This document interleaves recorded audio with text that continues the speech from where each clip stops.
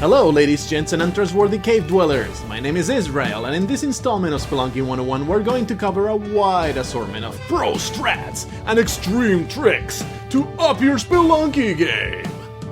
We're not talking about secrets here, but just things that you can do in general to work around obstacles. There's a staggering amount of them, so we better pick up the pace if we want to get them all into one lesson.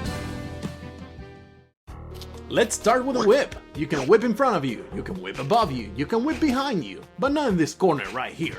Freaking bullshit. You can whip monsters, whip corpses, whip bombs, whip gems to get them where you need them to be for easier ghosting. You can whip arrows, whip arrows, whip arrows, whip arrows, whip son of a bitch. Whip turrets only when they are still attached. Whip bubbles, whip butts, whip boomerangs, whip flies. Don't do it, it's not worth it. Whip moonwalk! Enough of that! Want a guaranteed jetpack? If you sense a psychic presence in an ice cave's level, find the spot, kill this guy, and blow up the wall behind it. More things hidden in rocks, you ask? There's always a Maddock at the bottom of every snake pit. There's always a shotgun in the Dead at Restless levels, right under the Ash tombstone. You can also kill the vampire here to steal his cape. Find yourself without mountaineering gear? The Yeti King always carries a compass, spike shoes, and a bundle of ropes. Fry them up, his lifeless sausage fingers. There's always an amulet that makes you immune to fire and lava inside of Vlad's tower. Speaking of fire and lava, you can get rid of any body of water or nasty fluids by destroying the blocks around it. Oh man, items are great. You can use any gun to jump one block higher. Shotgun recoil sending you back. Press forward right as you shoot. You remain in place. You can use the web gun as the poor man's climbing gloves. You can shoot the boomerang diagonally. You can stay aloft for an extended period of time if you use the jetpack in tiny bursts. Stopping on the worm tongue will not replenish your jetpack. You can teleport up and down and not just side to side. It took me a while to figure this out. If you teleport into a wall, the teleporter will try to save you by placing you up to 3 blocks above wherever you originally landed. You can dodge the ghost with the teleporter. You can kill things with the teleporter. The climbing gloves allow you to grab the bottom of blocks you couldn't normally reach. The spike shoes will prevent you from sliding on ice.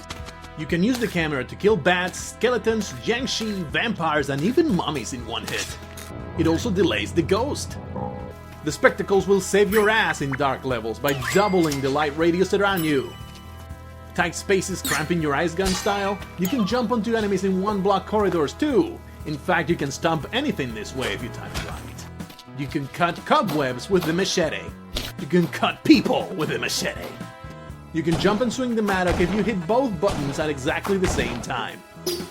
You can use the cape to float from one side of an ice cave's level to the other side without falling into the abyss. Collecting 20 compasses will allow you to assemble Voltron and crush Olmec with its robotic might. How about a good old platform?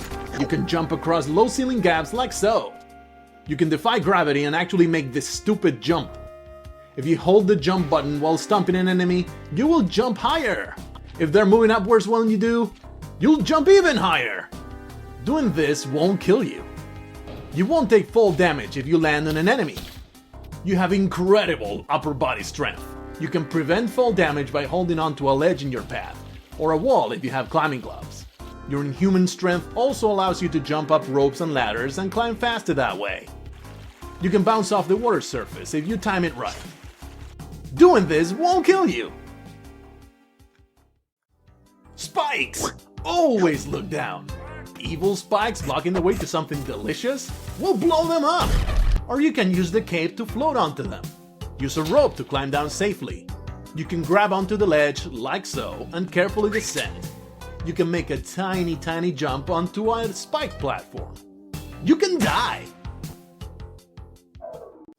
Don't have sticky bombs? You can blow up a sheer wall by cooking the bomb and tossing it right before it explodes. What could possibly go wrong? Want to get the most out of your explosives? Picking up the bomb and putting it back down slightly increases its blast radius. Trying to get into a vault? Kill the sucker inside it by sticking a bomb in its likely path. It works most of the time, just be ready for when it doesn't. Need to throw a sticky bomb straight down? Place it at your feet, pick it up, grab the ledge, and let it go. You'll feel like the ultimate badass. Slam dunk! 3-pointer! Use a rope to get that monkey off your back. Ropes are perfect for attacking anything above you as well. Rope the bat, rope the frog, rope the alien, run away! Arrow trap in an unwhippable place. Throw a rope down by crouching next to the gap. Shopkeeper in a tough spot to shoot from afar. Throw a rope and shoot while hanging from it. No recoil.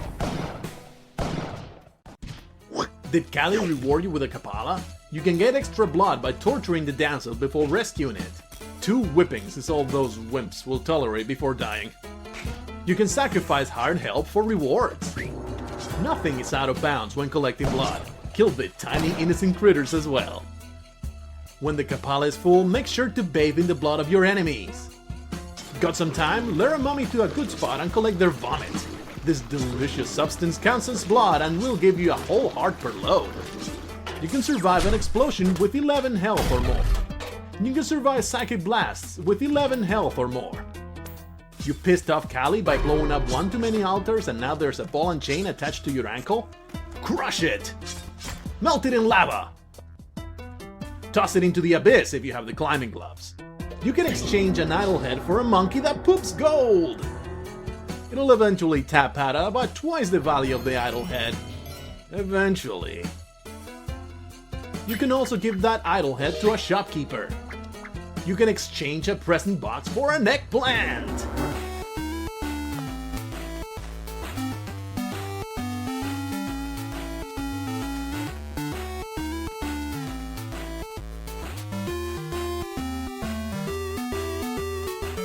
Speaking of that idol head, dodge the giant boulder by ducking next to it.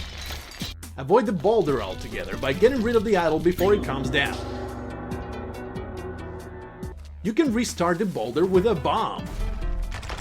Oh, by the way, the spike balls in hell behave just like miniature boulders when unchained. Want some arrow trap insurance? Carry a living creature in your arms. Be it that damsel you promised you'd rescue or some filthy rat you just picked up. They'll take the hit for you, leaving you completely free to inflict suffering on your next victim. Crush traps crush your enemies too. Make ticket traps more predictable by sticking corpses next to them. Ticket traps will also give away a skeleton ambush. Quimbies will drop royal jelly, which gives you a whopping 4 health points and diabetes.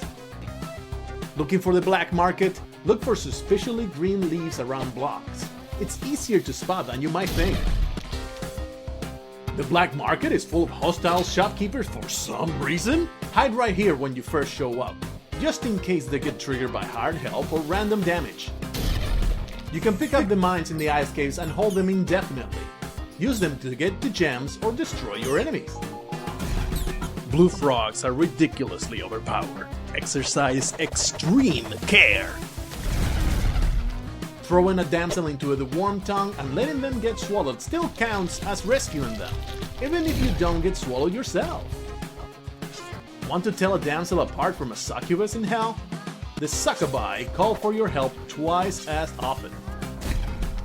Watching a damsel get blown up on purpose will give you a perverse sense of satisfaction. We already covered killing unwitting shopkeepers, but what if they're going berserk inside their shop and they just won't come out? If you stay close, you'll notice that the fire rate is constant. This means you can predict exactly when he'll shoot. Actually, never mind, just clear a path with bombs and shoot them that way. Oh yeah, and last but not least, always keep your cool.